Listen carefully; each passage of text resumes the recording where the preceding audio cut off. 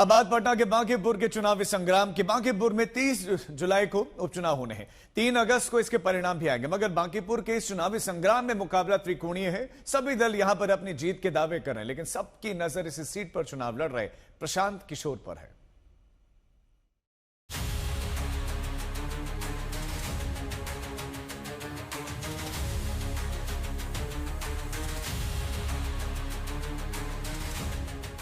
कहने को तो बांकीपुर में उपचुनाव होना है, मगर यहाँ की सियासी सरगर्मियां जबरदस्त तरीके से बढ़ी हुई हैं।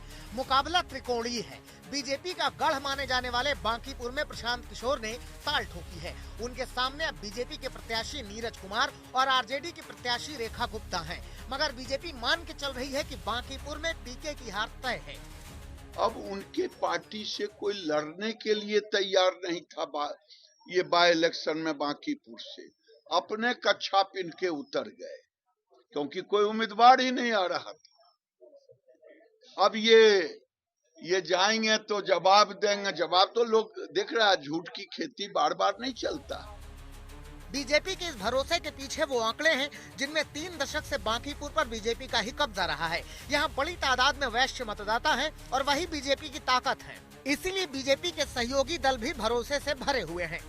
अरे उनको इस बात की समझ हो गई है कि यहाँ रहकर भी कुछ नहीं कर पाएंगे, क्योंकि जनता एनडीए के साथ। बांकीपुर में नामांकन दाखिल करने का कल अंतिम दिन है। कुल 11 प्रत्याशियों ने अब तक नामांकन दाखिल किया है, जिसमें लालू प्रसाद नाम के एक निर्दलीय प्रत्याशी भी है। मगर कांग्रेस ने अब तक अपने किसी प्रत्याशी को मैदान में नहीं उतारा है। अलबत्ता कांग्रेस कह रही है कि बांकीपुर से इस बार बीजेपी हारेगी। पहली बार वहाँ भारतीय जनता पार्टी की सरकार बनी है सम्राट जी के नेतृत्व में, और उनकी परीक्षा हो रही है।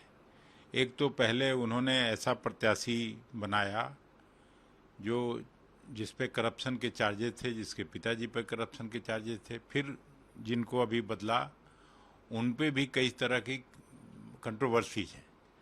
तो मुझे नहीं लगता है कि इसमें भारतीय जनता पार्टी को सफलता मिलेगी। बांकीपुर का रण दिलचस्प है। देखना होगा कि पहली बार चुनावी रण में उतरे पीके क्या बीजेपी के गढ़ को फतह कर पाएंगे। आज तक ब्यूरो।